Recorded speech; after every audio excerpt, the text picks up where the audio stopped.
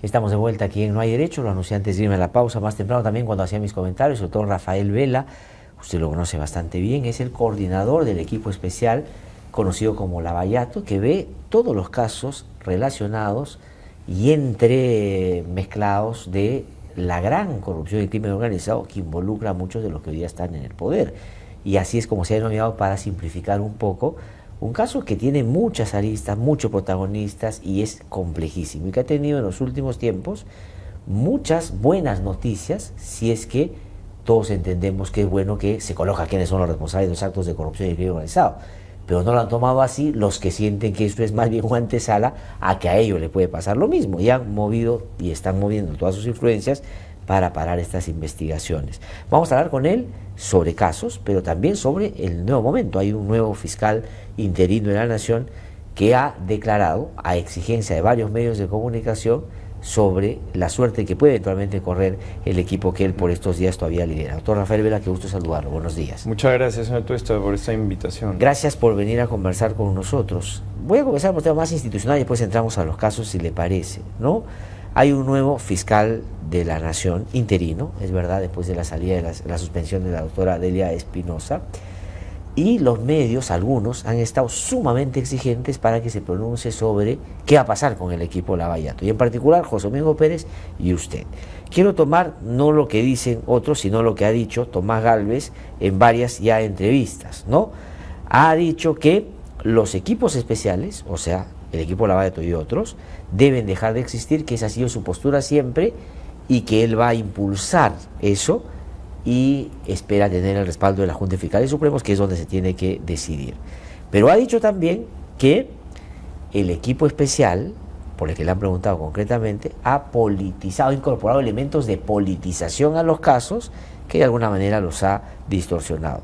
Y hay un tercer elemento que tiene y está directamente vinculado con ustedes, que va a evaluar, no ahora porque no le considera presidente, porque el doctor José Domingo Pérez está en un caso muy visible, además del caso de Susana Villarán, pero que después de eso su desempeño, ya más en el ámbito si lo han hecho bien o mal. Esas declaraciones, ¿qué cosa es lo que a ustedes les sugiere como mensaje? ¿Se ha reunido con usted, los ha llamado, les ha expresado eso personalmente? ¿Cómo lo toman ustedes? Bueno, nuevamente, muchas gracias. No, nada de eso ha sucedido. Nosotros no hemos sido convocados para nada por el fiscal de la Nación interino. Es correcta su reflexión cuando planteaba usted la pregunta de cuál es el panorama institucional cuando el señor fiscal de la Nación interino, electo por sus pares en la Junta de Fiscales Supremos, ha asumido sus responsabilidades y sus funciones. Yo le añadiría a su comentario que no solamente hay sectores interesados, que se conocen sus líneas editoriales, ¿no?, sobre la difamación permanente, la posverdad, sino que yo le diría que también congresistas de la República reclaman lo mismo. Un ministro de Estado, como el ministro de Justicia, el señor Santibáñez, salió también a declarar de alguna manera... Que si por él fuera, ya hubiera secado. Sí, claro. En realidad también relacionando las declaraciones que ha tenido previas a ser fiscal de la Nación el doctor Gálvez, que es el fiscal de la Nación interino, en donde evidentemente él tiene pues una posición de abierta animadversión personal contra el equipo especial. De hecho, nos ha denunciado penalmente. Esa denuncia fue investigada durante 2 años y fue archivada. Lo que sucede es que seguramente no le gusta el resultado del archivamiento, pero eso no quiere decir que institucionalmente no tenga que respetar lo que los fiscales en su momento también puedan decidir luego de un debido proceso. Ahora, pero sí daría la impresión que le gusta o le ha gustado durante todo este tiempo la persecución contra ustedes, abierta y claramente difamatoria, de un canal como Willax, al que ha ido y ha enunciado como el canal que mejor ha abordado los temas de justicia en los últimos tiempos. Mire, está claro para nosotros que los medios de comunicación están siempre vinculándose al ejercicio de la libertad de expresión y de prensa.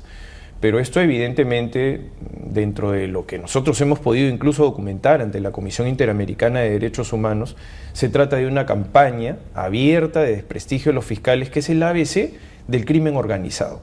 El crimen organizado tiene como primera regla fundamental: tienes que desacreditar al fiscal que te investiga.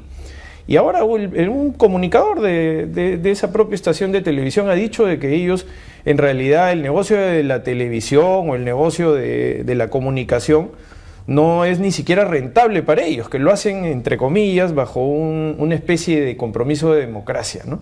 En realidad es medio que lo que busca es posicionar mensajes de descrédito, reitero, y por supuesto de desinformación. Ahora, claramente pueden estar como lo están en ese propósito, pero una cosa distinta es que el fiscal de la Nación vaya y diga que eso está bien. Exacto. Eso es lo que yo le estoy haciendo notar, porque ellos están en esa campaña, es evidente, pero que vaya el fiscal de la Nación sin que nadie se lo exija, que nadie lo obligue, diga, estoy aquí, es lo primero que hago y vengo a rendirles homenaje, porque ustedes son los únicos de los que mejor han tratado esto, es como avalar todo lo que han venido diciendo. Lo que sucede es que los mensajes comunicacionales son muy potentes y también revelan ciertamente la toma de postura, en muchos sentidos. También yo le añadiría, señor fiscal de la Nación, el día domingo, le dio una entrevista al diario El Comercio, en donde también... Bueno, a la misma periodista de Willax, casi como un anexo. Es correcto, así es. Y ahí es donde ha dicho varias cosas que le pesan. Sí, adicionales, exactamente. Ahora, pero vayamos a... Y después va al Congreso de la República también, y bueno, cuando ha sido abordado por la prensa, también ha hecho algunas declaraciones en ese sentido, ¿no? Sí, pero justamente por eso íbamos a las declaraciones. Ha dicho que él nunca ha estado de acuerdo con los equipos especiales y que a él le parece que debieran desaparecer. Ha dicho, no es mi decisión, tiene que ser de la Junta de Fiscales Supremos, pero que él considera que efectivamente deben desaparecer. Cuando le han preguntado por la coordinación que usted hace y por el trabajo de Domingo Pérez, ¿cuál es su reacción frente a ese punto en particular? Mire, en realidad el señor Gálvez ha sido electo por la Junta de Fiscales Supremos. Nosotros no podemos cuestionar, porque somos parte integrante del Ministerio Público, somos subordinados en el Ministerio Público, subordinados autónomos para que lo pueda entender su público, ¿no? Porque esa es otra de las declaraciones que se hace también, buscando cuestionar el pilar fundamental de la labor fiscal, que es su autonomía, asociado a su objetividad, naturalmente. Pero, de hecho, cuando existen reflexiones de esta naturaleza, no se puede soslayar el hecho de que el señor Gálvez ha sido electo por la Junta de Fiscales Supremos. ¿Y le llama a usted la atención eso? Es decir, mire, consideraba que era lo inevitable, porque unos dicen no quedaba otra. Mire, yo le voy a responder, porque yo no tengo tampoco elementos para poder opinar sobre la discusión interna y la toma de decisiones al respecto, porque inclusive algunos de los fiscales supremos tengo entendido que hasta pudiera haber argumentado, aducido problemas de salud, etcétera. Esos temas privados yo no los puedo comentar. La decisión institucional es el resultado de esa deliberación, y sin duda alguna nosotros como subordinados somos parte de esa realidad. Ahora, pero sí le puedo decir algo que es claro. Tanto el doctor Pablo Sánchez como la doctora Zoraida Ábalos han trabajado directamente con el equipo especial Lavajato. De hecho, el doctor Pablo Sánchez creó el equipo especial Lavajato, creó el equipo especial de los Cuello Blanco del Puerto, es decir, la doctora Zoraida Ábalos ha tenido también un trabajo bastante cercano a lo que han significado el desarrollo de las actividades de los equipos especiales. Entonces, desde esa perspectiva, desde ese punto de vista, nosotros podemos entender de que experiencia y, por supuesto, bagaje de todo lo que ha sucedido tienen claramente por lo menos los dos señores fiscales supremos. Entonces, veamos qué es lo que va a suceder cuando el señor Gálvez ponga a consideración de la Junta de Fiscales Supremos, y por supuesto nosotros también creo que tendríamos que tener un espacio para ser escuchados, porque realmente dentro de lo que se puede haber dicho, nosotros por supuesto tenemos una posición institucional, pero una rendición de cuentas permanente. Nosotros hemos presentado informes, vemos los resultados que son plausibles, la sentencia del caso del señor Alejandro Toledo, el Metro de Lima, la sentencia del señor Ollanta Humala, más de casi 4.700 millones de soles en reparaciones civiles, de los cuales ya han sido pagados 400 millones de soles al Estado, y se encuentran todos esos montos garantizados. Entonces, cuando tenemos que hacer efectivamente un balance, que nosotros lo hemos hecho permanentemente, creo que la Junta de Fiscales Supremos tendrá que hacer una valoración que corresponda no a las exigencias de cierto sector que se pudiera buscar complacer para encontrar tranquilidad, sino más bien aspectos de carácter técnico, funcional, en donde los resultados sean los que demuestren toda la cuestión relacionada con la obligatoria observancia de rendir cuentas que tenemos todos. Ahora, dice usted en el Ministerio entonces, Público. si fuesen consecuentes con la labor que han realizado, en cercanía con los equipos especiales, tanto Pablo Sánchez o Dávalos, y también yo diría Juan Carlos Villena, porque yo acuerdo que de sus primeras declaraciones salió a confrontar y decir, nosotros tenemos la estructura del Ministerio Público, los equipos especiales, y tenemos las fiscalías especializadas, y todos están llevando casos de este tipo, y mencionó casos del pasado, caso del presente, el caso Lavallato. O sea, daría la impresión de que él tan en desacuerdo con esa estructura no estaba. Entonces diría usted que por lo menos esos 3 fiscales de la Nación, indistintamente, debieran tener, si fueran coherentes, una posición matizada o diferente a la que ha expresado Tomás Gálvez. Uno intuiría. Sí, porque además cuentan con la información y cuentan con la experiencia, claro, que son 2 consideraciones que deben ser plausibles al momento de una toma de decisión de esta naturaleza. Entonces, ahora, también es posible que el señor Gálvez lo ponga a consideración de la Junta de Fiscales Supremos para que sea una decisión de ellos y no de él, ¿no? Entonces, todo es posible dentro de los tiempos violentos que vivimos, y nosotros, por supuesto, estamos sin ingenuidad, pero asistiendo a un momento bastante complejo, ¿no? En el que día a día pende la amenaza de que los equipos o sean desactivados o se dejen sin efecto las designaciones. ¿Qué podría significar eso? Porque usted ha hecho, y con razón, una diferenciación entre la jerarquía institucional, en términos más administrativos, formales, pero la independencia de cada fiscal. Cada fiscal es independiente hacia afuera y hacia adentro. Así ¿no es cierto? Ya, y teniendo en cuenta esa consideración, ¿qué podría significar que tomen la decisión de desaparecer, porque ese es el término que ha utilizado el fiscal de la Nación interino, los equipos especiales, entre ellos el equipo Lavallato? En términos prácticos, ¿qué podría significar? En general, creo que asistimos hacia un momento en el que creo que lo que se busca es un pacto de impunidad general, ¿no? Darse la mano, aquí no pasó nada, ya corrió mucha agua bajo el puente, los políticos se ponen de acuerdo con las instituciones para que no exista el problema del presupuesto, de asfixia al Ministerio Público, que es una represalia y consecuencia a partir de haber hecho nuestro trabajo en general como fiscales, pero esa represalia se traduce en insuficientes recursos como para que el Ministerio Público luzca de manera ineficiente porque no tiene tampoco el presupuesto que corresponde. Buscando ahogar al Ministerio Público sin darle presupuesto. Sí, yo creo que ese ha sido el propósito, pero ahora, ciertamente, ya hay puentes que se han tendido de una manera distinta y bueno, efectivamente puede ser que eso termine siendo una solución que termine siendo meritoria de la gestión del actual fiscal de la Nación. Que lo legitime a Tomás Gálvez internamente. En general, institucionalmente, y que después esa puede ser el justificante para hacer estos cambios que quiere hacer y que pueden terminar favoreciendo a estos grupos. Lo que pasa es que con ello obtiene legitimidad interna también. Claro, a eso me refiero. Y por supuesto en la institución, como en toda institución plural, como en toda institución que hay múltiples posiciones sobre lo que se pueda opinar dentro del trabajo fiscal, por eso el paradigma fundamental es la autonomía. Si no se respeta la autonomía, es como el valor de la independencia en el ejercicio de la función judicial. Claro. No hay que desentender que los fiscales y los jueces no tengan niveles de control. Todos los tenemos. Y es decir, cuando usted no está de acuerdo con una decisión de un fiscal o de un juez, la impugna, ¿no? Sí. Y es un superior jerárquico el que reexamina y es decir, en otras palabras, no es que exista pues una decisión omnipotente, por decirlo de alguna forma, de los jueces y fiscales. Estamos dentro de un sistema en el que siempre la garantía de reexamen puede permitir que una decisión que eventualmente uno no esté de acuerdo, finalmente plantee su recurso de elevación de actuados en la Fiscalía o un recurso de apelación o de casación en el caso del Poder Judicial. Y creo que esto es medular por lo siguiente, porque ahora lo que se busca es que todos los casos lleguen al Tribunal Constitucional. Es decir, lo que no eres capaz de obtener en la justicia penal ordinaria, ahora se está tratando de sustituir y de forzar a que llegue al Tribunal Constitucional. Lo estamos observando ahora, ¿no?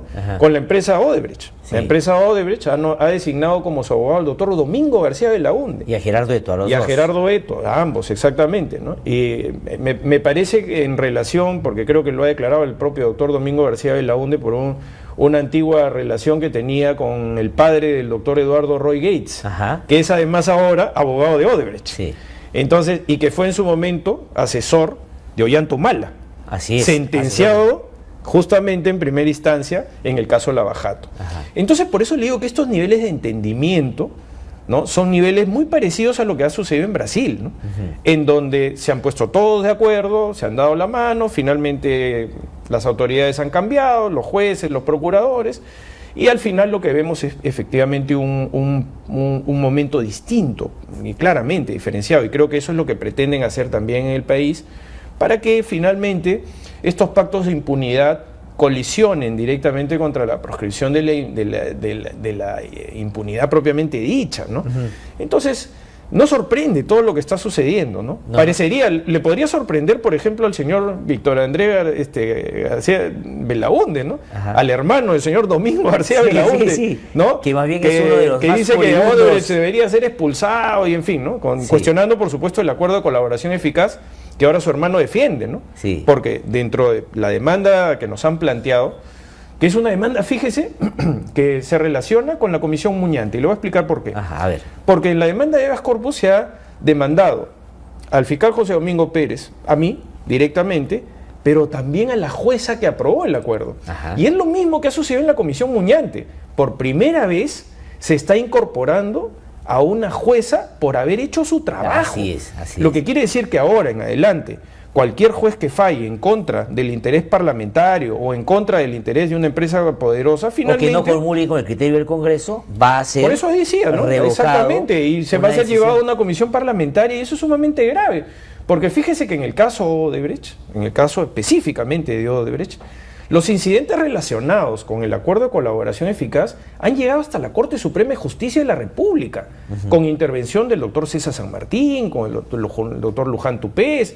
Entonces mañana, así como ha intervenido la doctora Álvarez Camacho, que ahora está criminalizada de alguna forma, mañana más tarde va a terminar también desfilando todo juez aquel que eventualmente haya podido tomar una decisión que no le guste a un parlamentario o que no se interese dentro de estos grupos de presión.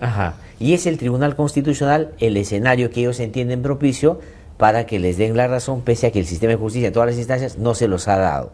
Y ahí me surge otra cosa que Hildebrand, usted se publicó hace más de una semana ya en el semanario previo, no, en el último, y es que se estaría esperando que el Tribunal Constitucional, en el caso Cocteles, anule el proceso para que con esa justificación se sume a lo que ya Tomás Gálvez ha dicho, de que el equipo Lavallato tiene que desaparecer, o por la vía de la reestructuración, los equipos sociales no deben funcionar, o por la vía de la ineficiencia de este equipo que nos ha tenido tantos años tras ese caso, y al final el tribunal ha dicho que no hay caso. Sí, pero también hay un efecto y una consecuencia a partir de eso, ¿no? Que es el incremento, sí, claro, influye en otros casos, pero también en que eso vaya en paralelo con la agudización de las condiciones en las que trabajamos actualmente, que son de criminalización en el caso de denuncias penales y de la aparición de procesos disciplinarios en el caso del señor Fernández Gerí. Y adicionalmente, también la Junta Nacional de Justicia tiene un rol preponderante desde el punto de vista constitucional, porque es el órgano constitucional autónomo que se encarga de seleccionar, nombrar a jueces y fiscales, pero también de destituirlos o de ratificarlos. Así es. Y en los procesos de ratificación, que son, digamos, hasta cierto punto de confianza, hay discrecionalidades que tienen que ver justamente con el hecho de que tú estés criminalizado. Entonces dicen, no, yo no confío en este fiscal porque tiene 5 investigaciones penales, tiene 20 procesos administrativos, cuando todos ellos se han generado a partir de la actividad que uno decide responsablemente hacer, porque en el caso de Lavallato es el caso de mayor complejidad de la historia del Perú, señor Tuesta, transnacional, y por supuesto se enfrentan conspicos abogados, como lo acabamos de decir, ¿no? Ahora, el doctor Domingo García Belaúnde es un hombre que siempre se le reputa muy influyente en el mundo del derecho constitucional, y sin duda alguna la búsqueda de que esto llegue hasta el Tribunal Constitucional, porque el camino más o menos sigue siendo el mismo, ¿no? El Poder Judicial siempre rechaza las pretensiones porque el Poder Judicial es un órgano especializado. Entonces, conoce de las decisiones de los jueces y del trabajo de los fiscales. Entonces, como declaran o infundadas o improcedentes las demandas constitucionales, entonces, finalmente, esas sentencias desestimativas llegan al Tribunal Constitucional, que es un órgano en el que su composición no es de jueces de carrera, ¿no? Y tampoco, fíjese usted, y eso es algo objetivo, no hay ningún especialista en materia penal. De hecho, inclusive, cuando hemos visto las audiencias, en el caso específicamente, la señora Fujimori, ¿no? Habían algunos comentarios de tribunos que decían, bueno, yo no sé nada de derecho penal, así que infórmeme usted, ¿no? en realidad, claro. No, y fueron muy agresivos. Más allá de eso, ¿no? Claro, porque el doctor Pérez tuvo que enfrentar a la defensa de la señora Fujimori, que era el doctor Percy García Cabero, y la señora Juliana Loza, pero también, entre comillas, tenía que derrotar, dice, al señor Gutiérrez Tixen, ¿no? Sí. Entonces, cuando la garantía de imparcialidad de un juez es el pilar fundamental, lo que le decía, ¿no? Porque el adelantamiento de opinión, la duda de imparcialidad significa de que finalmente una audiencia termina siendo solamente algo ritual. No, pero hay otro elemento que hay que sumar al Tribunal Constitucional, que ha sido elegido por el Congreso. Sí. Con los intereses que el Congreso claramente tiene en este caso. A lo que me refería cuando decía de que no son jueces de carrera, es decir, que no tienen la experiencia de ello. Yo lo que estaba tratando de decir además es que siempre existe la honorabilidad de que cuando uno, independientemente de cómo haya sido electo, finalmente cumpla su papel desvinculándose del origen de cómo fue electo, es decir, de deber un favor a alguien, ¿no? Entonces, claro, el asunto es que en el derecho a criticar estas decisiones, que es el escenario en el que yo estoy planteando estas reflexiones ante su pregunta, evidentemente lo que vemos son signos de esta situación, ¿no? Ajá. Y cuando vemos el desarrollo de la audiencia, vemos las condiciones, porque no se olvide usted, señor Tuesta, que el doctor Pérez fue incorporado luego de una primera vista de la causa del caso Fujimori, en el que ya se había llevado a cabo el debate y estaba supuestamente cerrado, ¿no? Sí. Y entonces llamaron al Ministerio Público, sorpresivamente, hasta cierto punto, porque si una persona no está emplazada dentro de la demanda constitucional, es un error del que lo hace. Ajá. Y el Tribunal Constitucional no tiene por qué subsanar ese error, sino su jurisprudencia lo único dice es improcedente porque no lo demandaste y no ha participado en ninguna secuela de todo el proceso, ¿no? Entonces resulta que ahora lo incorporan al final, pero vivimos evidentemente la hostilidad, la forma en la que se condujo. Era para eso, sin lugar a duda. Entonces, evidentemente son hechos objetivos, ¿no? Sí. Que se pueden comentar y que establecen además por los precedentes, por el caso Klimper, por el caso Arsenio Ore, de que la expectativa es que finalmente dentro de la toma de decisión, ¿no? Hay, yo creo que desde el punto de vista de las probabilidades, una alta probabilidad de que le den la razón a la señora Fujimori. Bueno, a mí me da la impresión que se la van a dar de todas maneras, y lo que Gilberto Anzustre se publica es que ese sería el pretexto para que Tomás Gálvez cierre el equipo o lo saque a ustedes diciendo han sido poco capaces de en tanto tiempo llevar ante un caso que se inventaron. Bueno, o el propio Tribunal Constitucional lo puede ordenar a través de criminalizar al equipo especial, diciendo de que se denuncien, que se manden a control interno, ¿no? A la autoridad de control o a la Junta Nacional de Justicia, con lo cual se asocia también a lo que le decía, ¿no? Las ratificaciones. Por ejemplo, el doctor Pérez está en este momento dentro de esos procesos. Sí. Yo también me encuentro de la misma manera. Entonces, evidentemente, el escenario es un escenario muy complicado dentro de la llegada del doctor Tomás Gálvez, ¿no? Porque por lo menos lo que podemos ver son todos signos negativos, no, pero ha dicho claramente de irrespeto por la autonomía, ¿no? Pero él ha dicho claramente que ustedes han incorporado elementos de politización en el caso, que es el argumento de quienes están procesados e investigados, que han sostenido siempre ellos. Él toma el argumento de lo que a ustedes los han querido fuera siempre, lo hace suyo, pero la gravedad de eso es que él sí tiene posibilidad de tomar decisiones sobre ustedes. Sí, pero además es un argumento falaz, porque los fiscales no estamos exentos de control, estamos siempre sometidos a un sistema de vigilancia o de garantía que está determinado por la toma de decisiones del Poder Judicial. Por eso le decía que ahora la pinza ya no es solamente contra el Ministerio Público, sino ahora también se incluye al Poder Judicial, porque además manda el mensaje de miedo. Es decir, si tú, juez, no fallas de acuerdo a la forma en la que a mí me parece que debes fallar, entonces te voy a incorporar a alguna comisión investigadora, te voy a denunciar por prevaricato, ¿no? Te voy a tratar de criminalizar, te voy a mandar a control interno para que te suspendan o para que te destituyan. Entonces, claro, es verdad, es toda una maquinaria que además tiene que ver, fíjese usted, un asunto que siempre llama la atención es que en estas participaciones de las defensas legales, ojo, que son muy activas cuando critican al Ministerio Público, pero cuando tienen que defender su propio trabajo desaparecen, ¿no? Desaparecen, y fíjese que eso pasa, porque el Ministerio Público no tiene un solo acuerdo de colaboración eficaz con la empresa Odebrecht. El Ministerio Público tiene acuerdos de colaboración eficaz con Graña y Montero, ahora se denomina ENSA, ¿Quién fue el abogado de Graña y Montero en ese momento? Fue el doctor Gonzalo del Río. ¿Quién es el abogado actual de Graña y Montero? Es el estudio Rodrigo, el doctor Caro Ión. Cospicos abogados, estoy hablando. Sí. La empresa COSAPI tiene un acuerdo de colaboración eficaz controlado. ¿Quién es el abogado de la empresa COSAPI? El doctor José Ugaz. Entonces, y también participaba activamente el doctor Pereira, ¿no? que además usted lo había entrevistado múltiples veces, ¿no? Sí.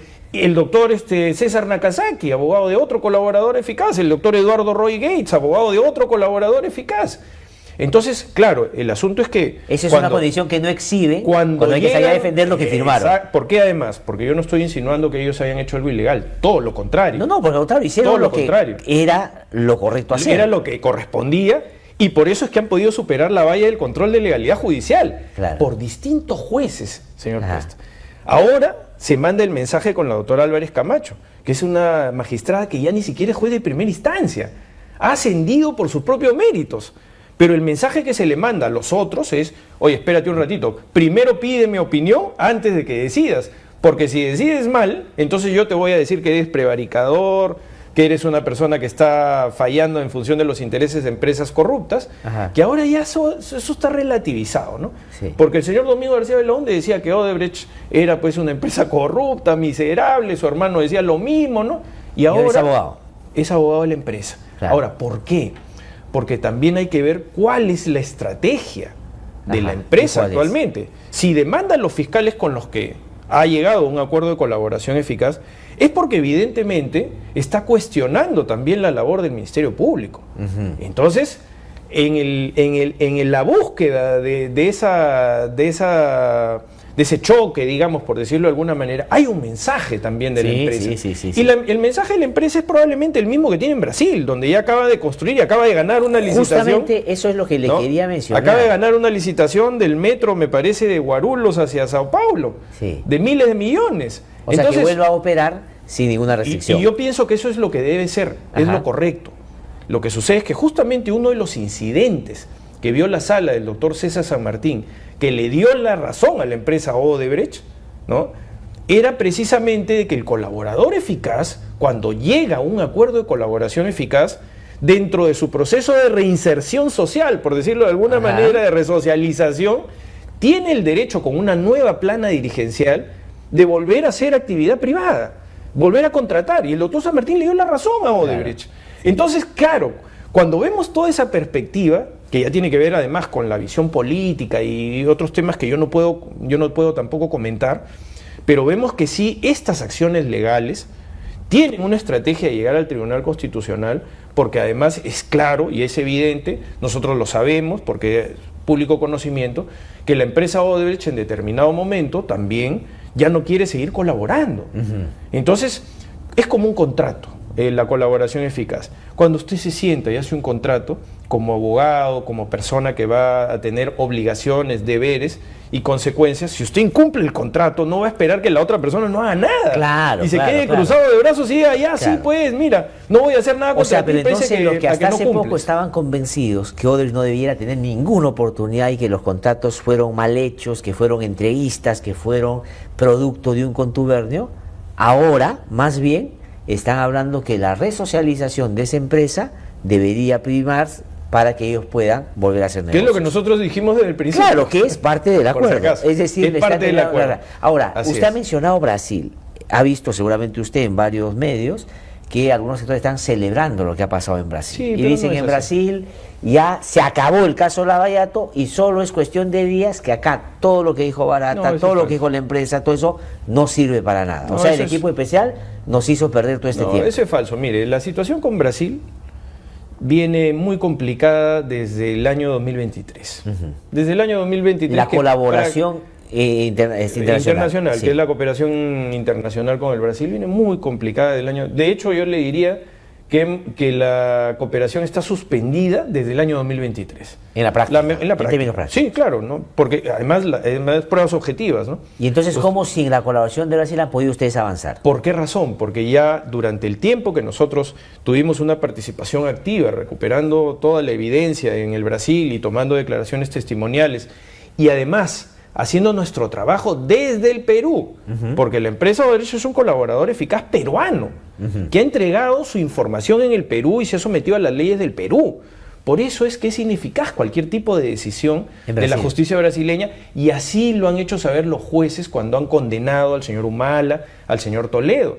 Le han dicho, nosotros somos un país soberano y somos autónomos de Brasil. Es como si un juez peruano pretendiera invalidar una decisión de un juez brasileño.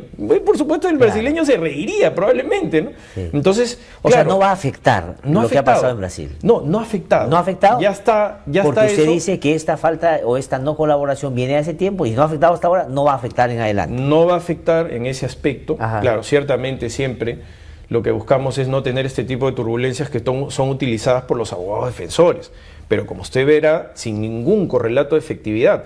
Por eso es que se están yendo al Tribunal Constitucional, claro, porque no han tenido éxito. ¿Por qué? Porque en la estructura de la demanda constitucional usted va a ver que lo que se busca es decir que se archive todo porque hay un acuerdo de colaboración eficaz y que nos permita seguir haciendo nuestras actividades. Eso es lo que más o menos dice Odebrecht, ¿no? ¿Por qué razón?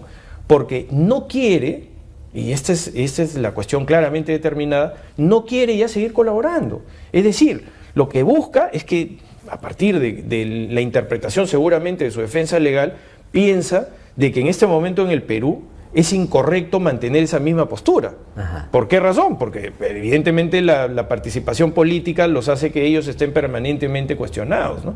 Y que no puedan hacer ninguna actividad empresarial debido a ello, ¿no? Entonces, cuando no puedes con el enemigo, bueno, te unes a él, ¿no? Claro, o sea, y entonces el problema del proceso de colaboración eficaz es que no es pues como dicen, un té de tías, ¿no? Claro. Aquí se sienta uno permanentemente con una empresa que ha delinquido, que ha asumido su responsabilidad penal, pero la relación es compleja, porque después de corroborar además los casos en los que se puedan haber declarado culpables, hay una serie de otros aspectos que son muy complejos, como por ejemplo el pago de las reparaciones. Porque después de esos 4 proyectos que se pagó reparación, que usted justamente también hizo referencia, ¿no? Porque además también se pagó todas las obligaciones tributarias de parte de la empresa. En realidad la operación superó los 1.500 millones de soles, ¿no? Entonces, más allá de todo eso, habían otros casos que en el tiempo no habían podido ser finalmente corroborados e incluidos dentro del acuerdo de colaboración eficaz del año 2019. Y en esos casos la empresa estuvo colaborando, pero llega un momento en que la empresa te dice, mira, ¿sabes qué? Yo sí colaboro, pero no voy a pagar reparación civil, por ejemplo, ¿no? Entonces hay otro problema en legitimidad de los acuerdos, claro, ¿no? Porque si no vas a pagar reparación, entonces el acuerdo va a perder también legitimidad, porque te van a cuestionar y te van a decir cómo es posible que les dé beneficios y que no quieran pagar nada sobre lo que corresponde a su asunción de responsabilidad. Además, priman también sus intereses, los intereses relacionados con por ejemplo, con los arbitrajes internacionales. El año 2022, hacia el mes de noviembre, se congeló la cooperación internacional porque la empresa me cuestionó de que yo era testigo en defensa del Estado peruano en contra de los intereses de Odebrecht. Y pidieron el congelamiento, que se materializó finalmente en ese momento, pero luego se agudizó ciertamente con la llegada del señor Lula da Silva. ¿Por qué le atribuían esa condición? Porque decían de que yo no podía participar en la defensa del Estado como coordinador del equipo especial Lavajato. Entonces, fíjese que además lo que me estaban pidiendo es que yo cometa un delito. Claro, porque la ley de defensa jurídica del Estado dice claramente que ningún funcionario público se puede negar a defender al Estado cuando es convocado.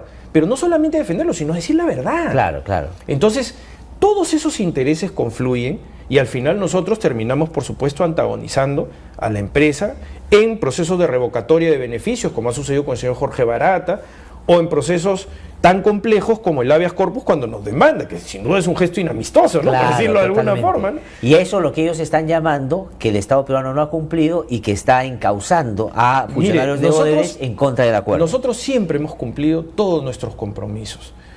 Fundamentalmente había un cuestionamiento sobre la incorporación de la empresa como tercero civilmente responsable, ¿no? En algunos casos en los que había una interpretación de la Procuraduría Pública que es autónoma de nosotros no podemos hacerlo, y que además la Procuraduría claramente ha dicho de que para esos procesos no ha utilizado prueba que el propio colaborador haya entregado, sino ha utilizado prueba autónoma. O sea, está haciendo su trabajo. Y se fue donde un juez. Claro. ¿No? Entonces, nuevamente, ¿no te gusta la decisión del juez? Impúgnala. Claro. ¿No? Pero si no te da la razón, entonces tratas de buscar en el Tribunal Constitucional lo que no eres capaz de obtener en la justicia ordinaria. O sea, no le eches la culpa al acuerdo o al incumplimiento del acuerdo cuando no hay un incumplimiento, y es una cosa que debieras defenderte en otro fuero. Sí. Pero ahí entro a lo de la procuradora Carrión, ¿no? Cuando estaba, digamos, en un momento en el que estaba consiguiendo cosas, de hecho, y con razón ella se ha defendido diciendo, porque es verdad, que ha sido la procuraduría que más totalmente ha podido, digamos, conseguir en reparaciones civiles y en fin, pero igual la sacaron.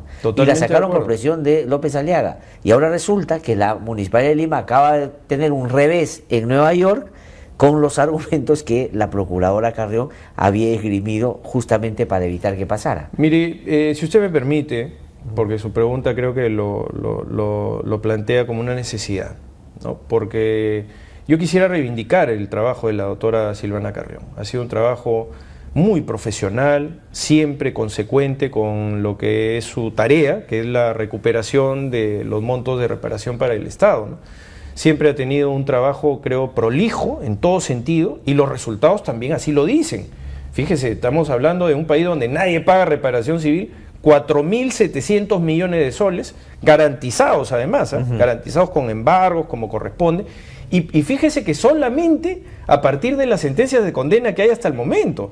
Pero vamos a ver otros casos, vienen, claro, por supuesto que eso se va a incrementar, ojo, y además de esos dineros efectivamente pagados. Así que si usted me permite, ¿no? Yo veo que esto es una absoluta injusticia porque no tiene que ver con el plano técnico, con la evaluación de los resultados. Es seguramente la Procuraduría que debe haber sido más exitosa en la historia del Perú en recuperar dinero, o en haber podido ser capaz de que el Poder Judicial ordene estas sumas de dinero. Entonces, claro, vivimos en un momento en el que nuevamente, ¿no?, los jueces y los fiscales ya no pueden ser autónomos, sino que tienen que preguntarle a los políticos si están de acuerdo o no con la toma de una posición.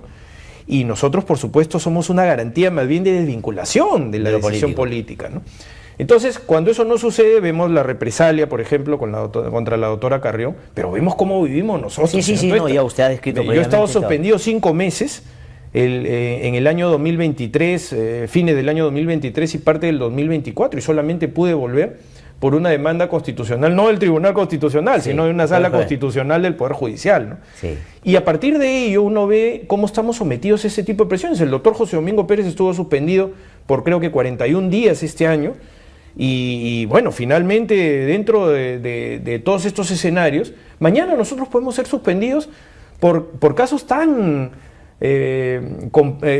complejos desde la perspectiva de cómo es una injusticia, ¿no? Por haber declarado cuando llegó el señor Toledo, ¿no? Por ejemplo, cuando llegó el señor Toledo extraditado a los Estados Unidos, que era una expresión de confianza con el sistema de justicia y especialmente con el equipo especial Lavajato, que el sistema de mayor garantía probablemente del mundo finalmente te entregaba a un expresidente para que tú lo puedas juzgar, y como ha sucedido lo hemos condenado tanto en el caso interoceánica, ¿no?, como en el caso de Cotega. Entonces, a mí me hicieron una pregunta de cuál era el papel de la fiscal de la Nación en la llegada del señor Toledo. Yo dije ninguno, claro, porque era la verdad. Procesalmente, el señor Toledo tenía que ser entregado al fiscal José Domingo Pérez para que lo ponga a disposición de un juez, le haga un control de identidad y finalmente lo interne en un penal. Ese era el procedimiento legal.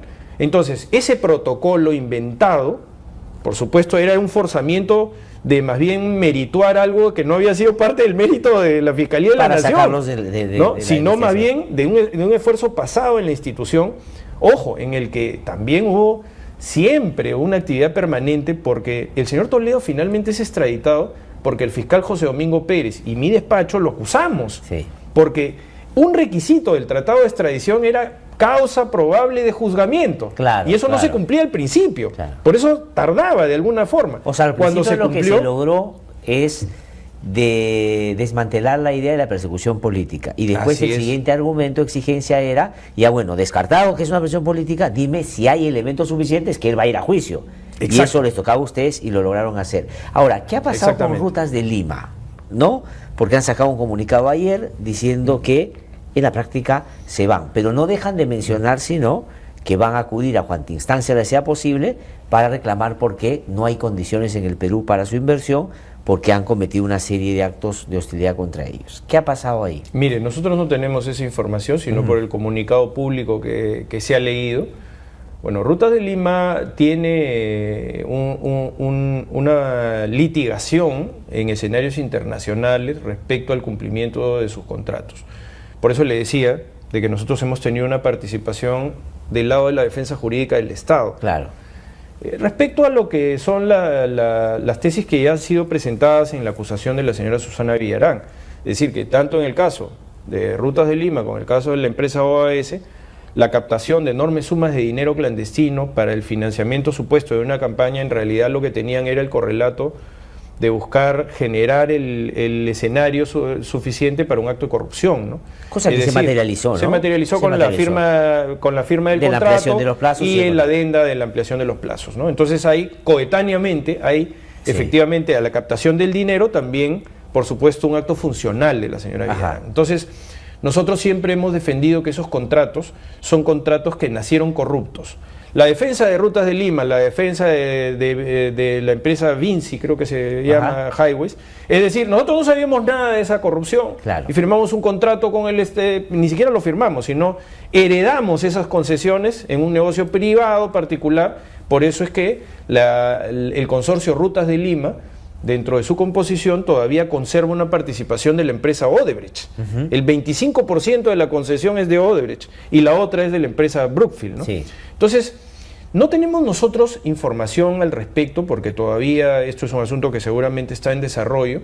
Sí es verdad que hay una relación contenciosa de la empresa Rutas de Lima con el Estado peruano, y nosotros por eso nos hemos enfocado en la trascendencia del caso de la señora Susana Villarán, porque determinará finalmente que si esos contratos fueron preñados de corrupción finalmente, entonces la posición del Estado peruano será también otra respecto a ello. Ahora, ¿convalidaría eso que el juicio a Susana Villarán, que está, digamos, en una fase que yo creo y espero pronto termine, con la responsabilidad que se le atribuye confirmada, podría validar el hecho de la suspensión de los cobros del peaje? Porque eso es lo que discute estas empresas, ¿no es cierto? Y lo que están diciendo es que a mí me han sacado el negocio, yo ya no puedo cobrar, no es rentable, me tengo que disolver, pero voy a reclamar eso porque yo no soy el responsable de lo que le están imputando a Villarán y compañía. Bueno, es que en realidad, si vemos la ejecución del contrato como tal, es un asunto que nosotros no podemos generar ninguna opinión sobre esto, porque esa es una ejecución de una relación contractual. De acuerdo. ¿No?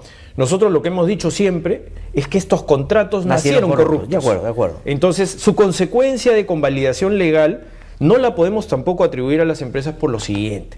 Porque cuando, por ejemplo, se firma esta transferencia, digamos, de ambas empresas, tanto de la empresa, me parece, Vías Nuevas de Lima, que fue en determinado momento, y de Rutas de Lima, no podrían haber dicho, dentro de lo que significa esta expresión, este anglicismo que se llama el due diligence, ¿no?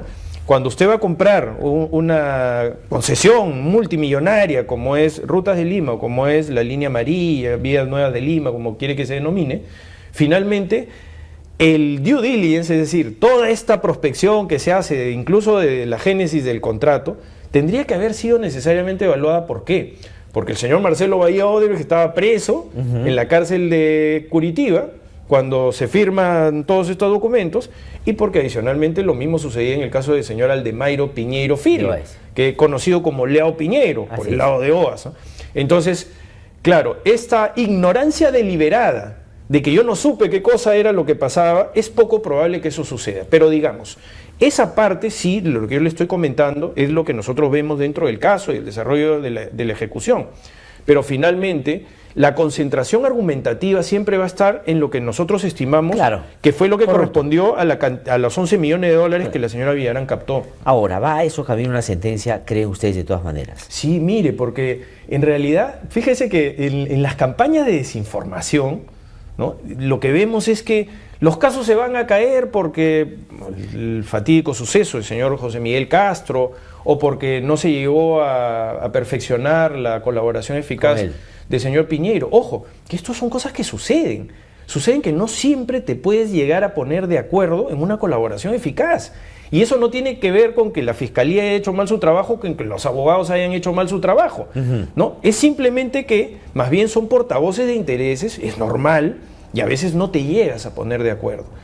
Pero finalmente el Ministerio Público no depende de esa prueba única. Claro. Porque imagínense lo que sería plantear un caso sobre la expectativa de solamente tener un colaborador eficaz. Le planteo concretamente cómo el Ministerio Público tiene, en el caso de la empresa Odebrecht, bueno, las colaboraciones que ya se han acumulado, pero también tiene la colaboración eficaz de la empresa Graña y Montero, que era el consorciado de Odebrecht peruano, y que ha entregado mucha información también al respecto. Claro. Peruano, ¿no? El socio peruano. O sea que nada tiene que ver con lo que pasa en Brasil. No, y con eso es suficiente. Y adicionalmente, el Ministerio Público también tiene testigos brasileños, que son los ex ejecutivos que vivían en el Perú, porque el señor Piñeiro era como decir el señor Marcelo Bahía Odebrecht en Brasil, ¿no? Eran las cabezas que vivían en Brasil, pero toda la operatividad se daba en el Perú. Y ahí había un Jorge Barata, Boleira, en fin, todos los ex ejecutivos. Y también estaba Fracasí, en fin, todos los ex ejecutivos de Mendoza, varios ex ejecutivos de OAS, que también son testigos de cargo a favor del Estado peruano.